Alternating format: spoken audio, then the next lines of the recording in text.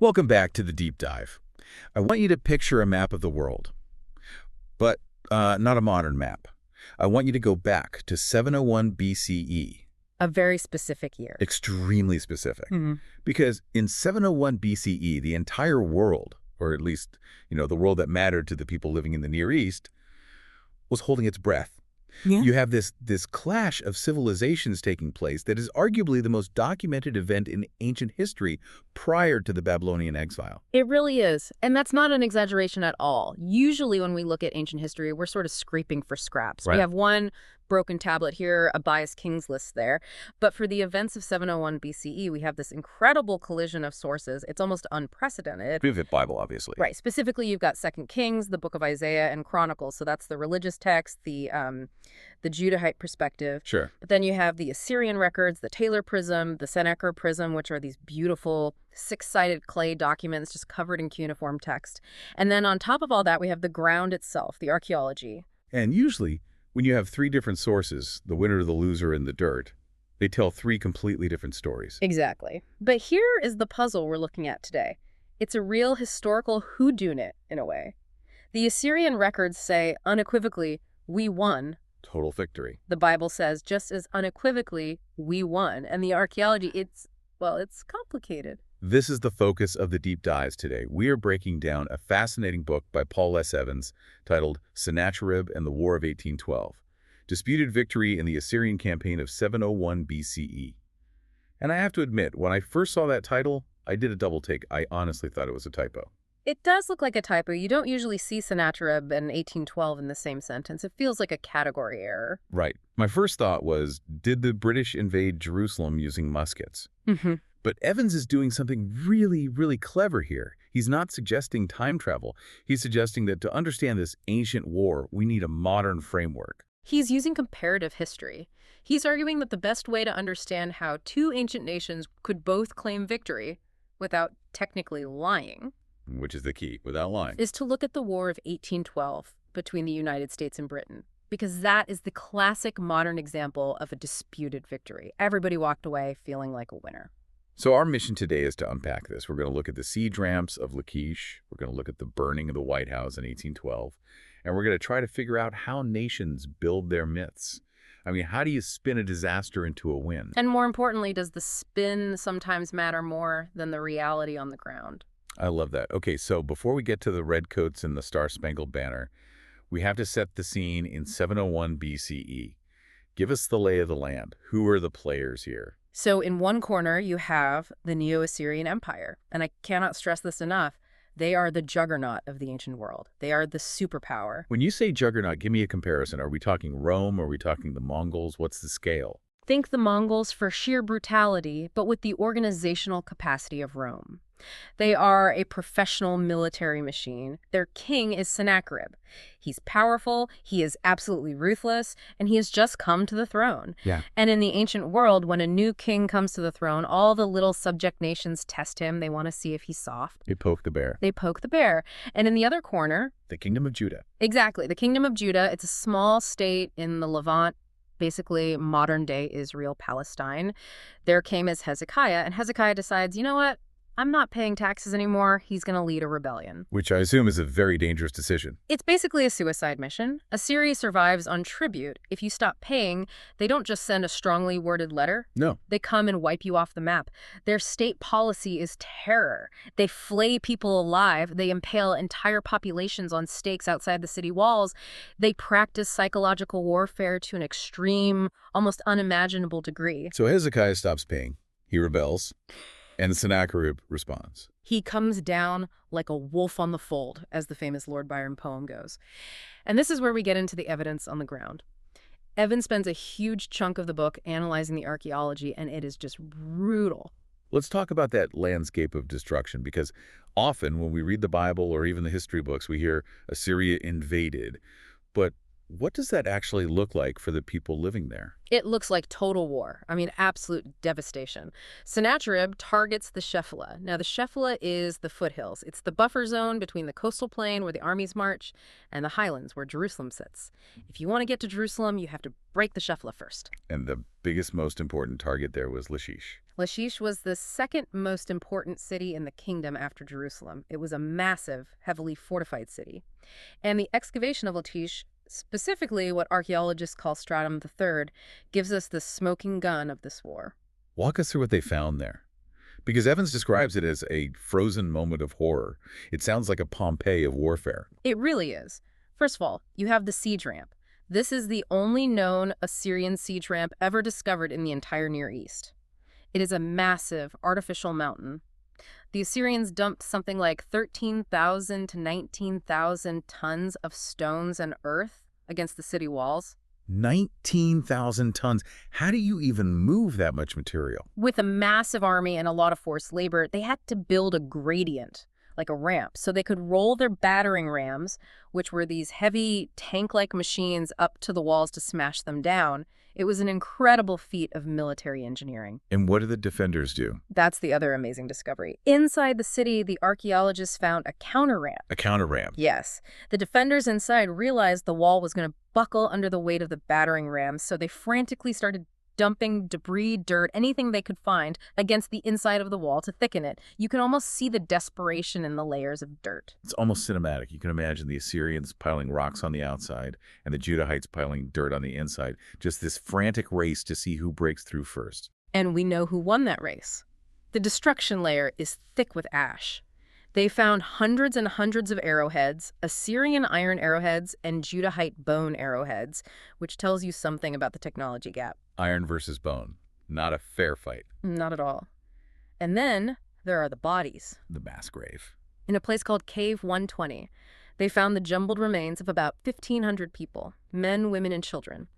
And based on the bone analysis, these were mostly civilians. This wasn't just a military defeat, it was a wholesale slaughter. And Sennacherib was proud of this, right? This wasn't something he tried to hide. Hide it. He broadcast it to the world. Back in Nineveh, in his palace without rival, he dedicated an entire room to the siege of Lachish. The reliefs. These are huge, intricate stone carvings on the walls, are like a graphic novel of the war. What do they show? They show everything. The siege engines rolling up the ramp, the archers firing, and then the aftermath. You see Judahite prisoners being marched out, begging for their lives. You see men being flayed alive. You see the leaders of the city being impaled on stakes. It was a message. This is what happens when you defy Assyria. So if I'm an observer in 701 BCE and I'm standing at Lachish looking at the smoke and the bodies, I'm thinking, Judah is finished. This is over. Game, set, match. Absolutely, 100%. If you look at the Shephelah, Sennacherib claims in his annals that 46 fortified cities were destroyed. The countryside was decimated. He also claims he deported 200,150 people. 200,000. Now, that number might be inflated. Ancient kings loved big, round numbers, but the archaeology confirms a massive depopulation of the region. It was a catastrophe on a national scale. So that's the Assyrian side of the scoreboard. Devastation, deportation, death. But Evans points out something really interesting here. He says it wasn't total devastation. This is the nuance. And this is where the two victories idea starts to creep in. Yes, the foothills were absolutely smashed, but the highlands, the area around Jerusalem itself, Relatively untouched. Exactly. Archaeologically, there is no destruction layer in Jerusalem for the year 701 BCE. The capital survived. And if you look south into the Negev desert, at sites like Tel Malhada or Tel Iralife, seems to have gone on. They weren't destroyed either. So the Assyrians punched them hard in the gut, but they didn't cut off the head. That's a really good way to put it. And then there's the evidence of the recovery. Evans talks about the Pax Assyriaca, the Assyrian peace. After this brutal war in the 7th century, Judah actually bounces back. The population grows. They become prosperous again, a loyal vassal state. Which implies they weren't totally wiped out. There was something left to rebuild. Right. And we have to talk about the El Melkar. I see this term a lot in the notes. LLLK. What does that mean exactly? It's Hebrew for belonging to the king. These are large storage jars with a royal stamp on the handle, usually a two-winged or four-winged symbol. Archaeologists have found thousands of them all over Judah, and what they represent is logistics. This is Hezekiah the quartermaster. Precisely. Before the war ever started, Hezekiah knew Sennacherib was coming. He didn't just sit around praying for a miracle. He built a massive supply chain. He fortified the cities. He distributed food and oil and wine in these official royal jars. Evans argues this shows a sophisticated, centralized state preparing for a long siege. This wasn't a last-minute panic. So we have this really ambiguous picture on the ground. We have the smoking ruins of Lachish, which looks like a crushing defeat. But we have the survival of Jerusalem and a rapid economic recovery, which looks like, well, at least survival. And that ambiguity is the fertile soil where two completely different narratives can grow. If you choose to focus on Lachish, Assyria won. If you choose to focus on Jerusalem, Judah won. Which brings us to, I think, the weirdest part of this deep dive, the War of 1812. The pivot. I need you to explain this to me. Why 1812? Why not World War II? Why not the Crusades? What is so special about this, let's be honest, kind of obscure war between America and Britain? It's the perfect comparison because, just like 701 BCE, it is notoriously inconclusive from a purely military standpoint, but it was patriotically decisive for both sides. Each nation came away convinced they had won.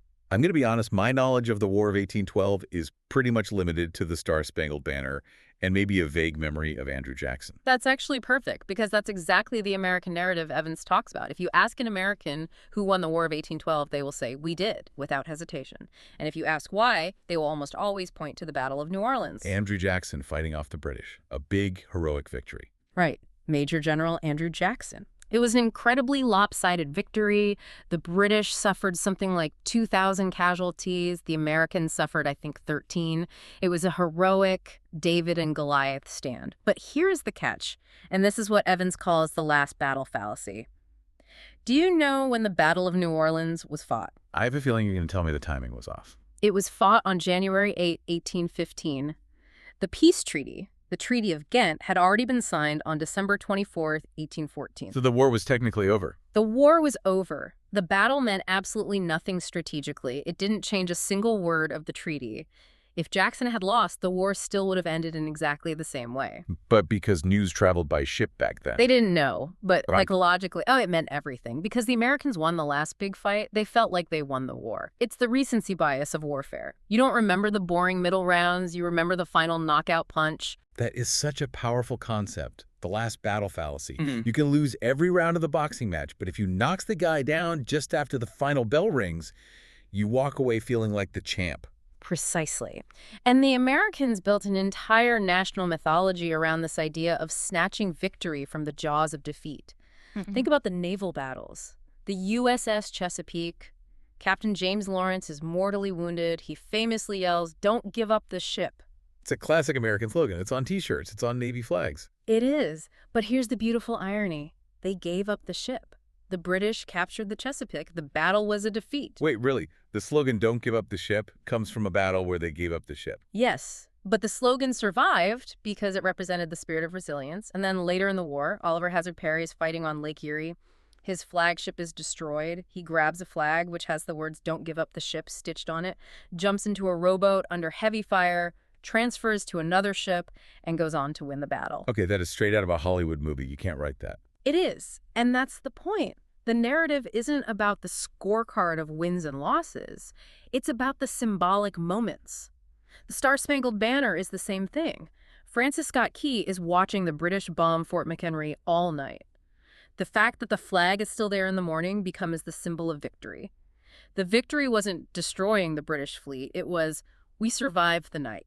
So for the Americans, victory wasn't about taking land or crushing the enemy. It was about prestige. It was about proving they were a real nation that could stand up to a superpower. They call it the Second War of Independence. Exactly. They didn't lose territory. They stood up to the bully. Therefore, they won. But then you have the Canadian perspective. Yeah. And having spent some time in Canada, I know they are very polite, but they're also very, very firm on this. We won the War of 1812. And they have a very, very strong case. Because you have to look at the war aims. What do the Americans actually want to do when they started this war? They wanted to invade Canada, right? That was a big part of it. They wanted to annex it. General William Hull issued a proclamation to the people of Canada basically saying, We are here to liberate you from tyranny and make you part of the glorious United States. The goal was conquest. And that Yeah. didn't happen. Now, not even close. Every single American invasion of Canada was repelled. The Canadians fighting alongside the British and their Indigenous allies stopped them cold. So from their perspective, it's very simple. If your enemy's primary goal is to take your land and you stop them, you win. It's a defensive victory. Plus, didn't the British burn down the White House? That seems like a pretty big point in their favor. They did. They marched into Washington, D.C., sat down and ate the president's dinner, which was apparently still warm on the table, and then they torched the White House and the Capitol. For the British and Canadians, that is a pretty clear scorecard item. We burned your capital. You didn't even come close to taking ours. This is the perfect setup for 701 BCE. It's like a Rosetta Stone for propaganda. You have two completely different metrics for victory. The Americans, and maybe the Judahites, are focusing on survival, prestige, and the last battle. The British and maybe the Assyrians are focusing on punitive damage and thwarting the enemy's stated goals. That is the synthesis. That is Evans's entire thesis. He's telling us to stop asking who lied and start asking what did each side value? How did they define a win? So let's take this framework and apply it directly to Sennacherib. Let's look at the Assyrian scorecard. When Sennacherib marched his army out of Nineveh, what did he actually want? Did he want to annex Jerusalem and make it an Assyrian province? That is the million-dollar question. And Evans argues, probably not. Really? I just assumed empires always wanted more land, manifest destiny and all that. Not necessarily. Empires want profitable land. They want land that's easy to control and gives them access to resources or trade routes. Jerusalem. It's in the mountains. It's hard to get to. It has no port. It's not on the main Via Maris, the main trade route to Egypt. Strategically, it's kind of a backwater. It's a nuisance, not a prize. Exactly. Sennacherib didn't need to govern Jerusalem day to day. He needed Hezekiah to stop causing trouble in the region. He needed the tribute money to flow again. And he needed to secure the road to Egypt, which was his real strategic rival. So his goal was submission, not annexation. Punish the rebel, get the money, and go home. Correct. And if you look at the tribute list in the Assyrian annals, oh boy, did he get submission. Read us the list. I love a good ancient inventory list. It is absolutely staggering. The Taylor Prism lists 30 talents of gold, 800 talents of silver. It goes on. Antimony, large cuts of red stone, ivory inlaid couches, armchairs, elephant hides, ebony wood, boxwood. And then the human cost. Right. Hezekiah's own daughters, his palace women, and his male and female musicians were all handed over as part of the tribute. He emptied the house. The Bible even says he stripped the gold off the temple doors to pay it. He did. He gave up everything. From a purely Assyrian economic perspective, this campaign had a massive ROI return on investment. Sennacherib went home incredibly rich. Goal achieved. But he didn't take the city. He never breached the walls of Jerusalem. And this is where the spin comes in. We talked about don't give up the ship. What was Sennacherib's slogan for this campaign? His slogan was legendary. He wrote, "As for Hezekiah, I shut him up in Jerusalem, his royal city, like a bird in a cage." It's such a vivid, powerful image. It is brilliant propaganda. Notice what he doesn't say. He doesn't say, "I conquered him." He doesn't say, "I killed him," or "I destroyed his city." He says, "I trapped him." He takes what was arguably a failure, the inability to breach the walls of Jerusalem, and spins it into a demonstration of overwhelming power. I control him completely. He can't leave. He is my pet. That is masterclass rhetoric. He completely ignores the fact that he didn't actually get the bird out of the cage. And he ignores his losses. Just like the American narrative of 1812 tends to ignore the burning of Washington, Sennacherib's narrative ignores whatever happened at the end of the campaign. The Bible says 185,000 of his soldiers died in one night. The Greek historian Herodotus tells a story about mice eating their bowstrings and shield straps, forcing a retreat. Sennacherib's annals say nothing. Silence. Complete silence. The campaign just ends. He focuses on the loot. He focuses on the glory of destroying Lachish. He goes home, builds his magnificent palace, carves the Lachish reliefs on the wall, and tells his people, "I am the king of the universe, and look at all this gold I brought you." In his mind, and in the story he told his people, he won.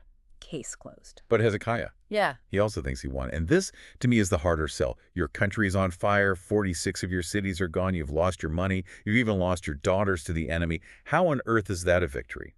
We have to go back to the war aims. Once that siege of Jerusalem started, what was Hezekiah's goal? It certainly wasn't to conquer Assyria. That's impossible. It was survival, pure and simple. Survival of the dynasty. Yes. He wanted to remain king, and he did. Sennacherib did not depose him and install a pro-Assyrian puppet. That was a huge win. And, more importantly, survival of the city itself. He didn't want Zion, the city of God, to fall. And Zion stood. Zion stood. And to understand why this felt like such a massive, miraculous victory, you have to look at the alternative. Evans does a great job highlighting the speech of the Rabshakeh. The Rabshakeh. This is the Assyrian mouthpiece, right? It's The field commander. He's the chief cupbearer, the field commander. He's the propaganda officer. The Bible gives us this incredible scene where he stands just outside the walls of Jerusalem, and he breaks all diplomatic protocol. He doesn't speak in Aramaic, the international language of diplomacy. He shouts in Hebrew so that the common soldiers on the wall can understand him. He's bypassing the leadership and talking directly to the people. That's modern psyops right there. It is. It's brilliant and terrifying. And he threatens them with 3 specific things. First, he mocks their God. He says, "Has any god of any nation ever saved their people from the king of Assyria?" He lists all the gods who failed. Okay, that's a theological challenge. A direct one. Second, he threatens deportation.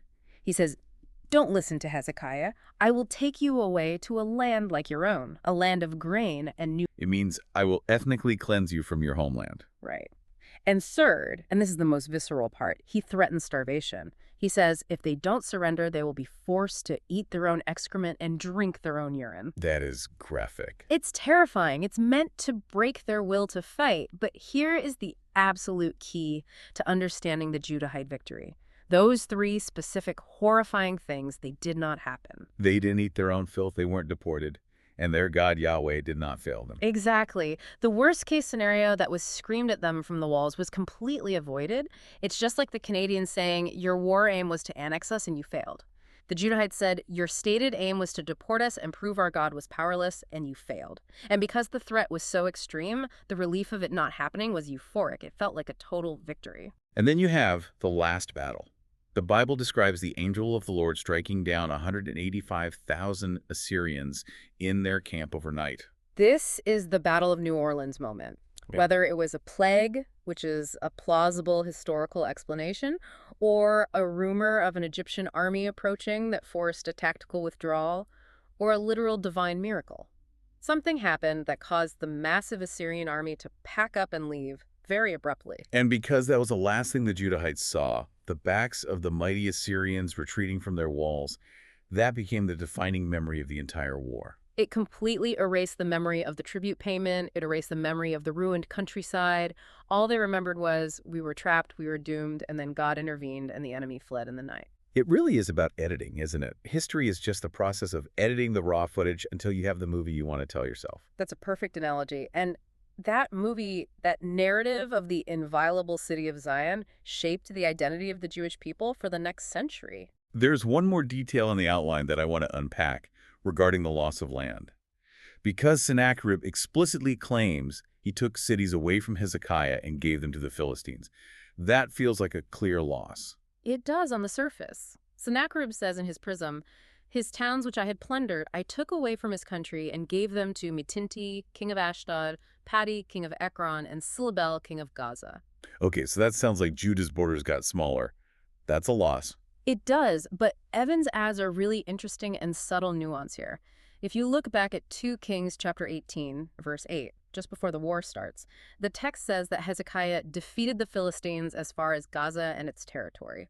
Oh, wait. So Hezekiah had previously conquered that Philistine territory himself. Exactly. As part of his rebellion, he had expanded his kingdom out of the highlands and into the Philistine plain. He was building a little empire of his own. So when Sennacherib gives the towns back to the Philistine kings, Evans suggests he might just be returning the land Hezekiah had recently stolen in the first place. So it's a reset. It's a return to the status quo antebellum. Which is exactly the term used for the War of 1812. The Treaty of Ghent essentially reset all the borders. The U.S. didn't lose Massachusetts, they just failed to take Canada. Judah didn't lose its core Judean heartland, they just lost their recent Philistine conquests. It is spooky how well this 1812 framework fits.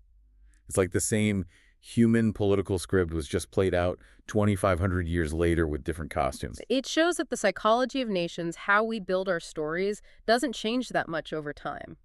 We all want to be the hero of our own story. Let's move into the final section here, which I think is maybe the most important, Hezekiah's legacy. Because despite all this, despite saving the city and keeping the throne, a lot of modern historians are pretty mean to Hezekiah. They are. They really are. If you read a lot of standard histories of ancient Israel, Hezekiah is often portrayed as reckless, arrogant, or foolhardy. They look at the destruction of Lachish, the massive loss of life, the crippling tribute payment, and they basically say, what a waste. He should have just paid the tax and kept his head down. They compare him unfavorably to his dad, Ahaz, right, Yeah. and his son Manasseh. Exactly. Both of those kings were loyal, obedient Assyrian vassals. They paid the tribute on time, they didn't rock the boat, and guess what? They had long, peaceful, and pretty prosperous reigns. No sieges, no mass graves. So by our modern metrics, they were good kings. They chose peace. They kept their people safe. And that's the bias. Evans argues that we as modern Western readers have a profound peace bias. We are children of the 20th century. We've seen the trenches of World War I, the Holocaust, the horrors of Vietnam. We generally operate under the very reasonable assumption that war is bad and peace is good. So if an ancient king chooses war, we instinctively judge him as a failure. But that's totally anachronistic. It is completely anachronistic. In the ancient world, and honestly, even in 1812, war wasn't just about economics or safety. It was about honor. It was about identity. It was about independence and divine favor. The analogy that keeps coming to my mind is Winston Churchill. Go on. That's a good one. Well, imagine if we judged Churchill by the same metrics some historians use for Hezekiah. In 1940, Britain was bombed nightly during the Blitz. Cities were destroyed. The economy was completely shattered. The British Empire basically collapsed after the war because of the immense debt. Right. If you just look at a spreadsheet from 1940, fighting Hitler was a terrible financial decision. The smart move would have been to make a deal, to become a vassal state of the new European order. But nobody says that. We say Churchill's a hero because he refused to surrender. We say the suffering of the Blitz was the necessary price of freedom. That is the perfect parallel. Evans argues that the Judahites viewed 701 BCE the exact same way. Yes, Lachish burned. Yes, the cost was immense and traumatic. But they refused to kneel. They kept their independence, at least in spirit, and they believed their God had vindicated them. The Second War of Independence, that's what the Americans called 1812. And maybe that's exactly what Hezekiah's rebellion was for Judah. It was a declaration that Yahweh was their true king, not Sennacherib. And that decision, that willingness to suffer for a principle of identity, had a massive, massive downstream effect on history. How so? What did it create? It solidified what scholars call the Zion theology, the idea that Jerusalem is special, that God lives there in his temple and will not allow it to fall to foreign enemies. Because they survived 701, this belief became concrete. It became a core part of their national identity. It shaped the writings of the prophet Isaiah. It shaped the Psalms we still read today. God is in the midst of her, she shall not be moved. And that belief, that myth, held the nation together. It held them together for another century until 586 BCE, when the Babylonians finally did come and destroy the city, which caused a whole other theological crisis. But Evans leaves us with this profound, provocative thought. If Hezekiah had just submitted, like his father Ahaz, Jerusalem might have been safe. No war, no destruction. it might have been safe, it might have been prosperous, but it would have just been another quiet, obedient Assyrian vassal city. It might have eventually just assimilated, lost its distinct identity. The Yahwistic faith, that fierce, defiant, monotheistic reliance on God that defined Judaism, might never have crystallized in the same pressure cooker. That is a very heavy thought. Is a devastating war that forges a national soul, sometimes viewed by those who live through it as more valuable than a peace that requires submission. That is the dangerous, uncomfortable question Evans is asking. And he suggests that for the people who lived through it, for the ancient Israelites who told the story for generations, the answer was yes. They would rather be the battered survivors of a miracle than the comfortable, forgotten servants of a foreign emperor. It really does challenge how we read the news today, because we constantly see conflicts where both sides declare victory. And usually our first reaction is to roll our eyes. We say, oh, it's just propaganda, someone is lying. But maybe we should be listening closer. Because when a nation defines what victory means to them, they are telling you what they truly value. Are they celebrating the land they took? Then they value power and expansion. Are they celebrating the fact that they are simply still standing? Then they value survival and identity above all else. The definition of victory tells you the definition of the nation itself. Exactly. We have covered a lot of ground today. We started with a brutal siege in ancient Judah, went to a very confusing naval battle in the 19th century, and ended up questioning the nature of history itself. Let's try to recap the scorecard for 701 DCE one last time. Okay. Assyria won because they achieved their imperial goals. They extracted a massive amount of wealth, they brutally punished the rebel countryside, and they reasserted their dominance over the entire region. They got the cash and the credit. And Judah won because they achieved their existential goals. The dynasty survived, the capital city survived, and their theology was powerfully vindicated. They kept their king, their capital, and their God. And history, it turns out, is big enough for both of those truths to exist at the same time. Big thanks to Paul S. Evans for this incredible framework. The book is Sennacherib and the War of 1812. If you are a history nerd, or really just someone who likes to see how stories and nations are constructed, it is an absolute must-read. Absolutely. It really does change how you read the Bible and, honestly, how you read the newspaper. And thanks to all of you for listening to the deep dive. We will catch you on the next one. Keep digging.